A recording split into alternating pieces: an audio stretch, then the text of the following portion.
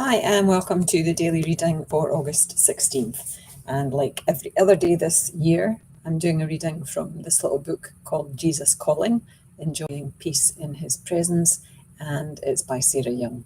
So this year is all about my own spiritual exploration, and I'm just sharing it online with you guys. So August 16th, which is my baby girl's birthday. Well, she's not such a baby anymore, she's 27 today, but yeah, it's her birthday. It's a great day, August 16th. My little Leo. Meet me in early morning splendor. I eagerly await you there. In the stillness of this holy time with me, I renew your strength and saturate you with peace. While others turn over for extra sleep or anxiously tune in to the latest news, you commune with the creator of the universe. I have awakened in your heart strong desire to know me. This longing originated in me, though it now burns brightly in you. When you seek my face in response to my love call, both of us are blessed. This is a deep mystery, designed more for your enjoyment than for your understanding. I am not a doer or doer God who discourages pleasure. I delight in your enjoyment of everything that is true, noble, right, pure, lovely, and admirable. Think on these things, and my light in you will shine brighter day by day. And the reading always ties in with verses in the Bible. So this one ties in with Isaiah 40, verse 33, Psalm 27, verse 4, and Philippians 4, verse 8.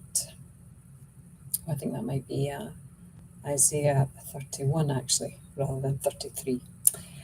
Yes, so we don't have a doer. In Scotland we say doer. So I used both words there because I think maybe other places pronounce it doer. But doer just means solemn. I don't believe that God wants us to be solemn. I come from a Presbyterian family, so Church of Scotland is, like linearly from the Presbyterians. So very solemn. When I look at pictures, photographs of my grandparents and my great-grandparents when they were young, they look ancient and they're solemn. There's no smiling in those photographs. They're just very solemn, straight up,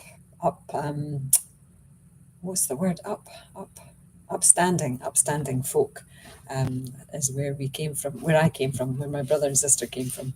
But I think that's the way it used to be. Everybody was very solemn, on a Sunday. It was a day for God, but it was a vengeful God. It was a God to be feared.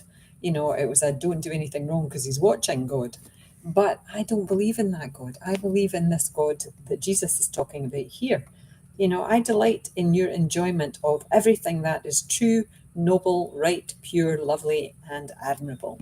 He doesn't love us doing stuff that's the opposite from that, but he enjoys us enjoying our lives. And I strive to be happy. I can be a very unhappy person still. I'm probably an undiagnosed bipolar, but my Bach flower remedies keep me relatively balanced. But I can be incredibly sad, incredibly unhappy, but it happens less and less now. The further I go on my spiritual journey and my exploration of my connection with God and Jesus and my belief system, the less time I spend in unhappiness. And I do feel joyful sometimes, which is an emotion that I could not connect with when I was younger. I kind of lost genuine joyfulness in the pretense of being someone I wasn't. I knew how to pretend to be joyful. I knew how to pretend to be excited. I played that role very, very well. I should have had an Oscar. But I didn't actually feel those emotions. They were buried deep down under all the armor that I had, put on over the years to protect myself from getting hurt. So I do believe that when I spend time in silence myself first thing in the morning, that is time with Jesus. That's time with God. That's time with the great creator of everything.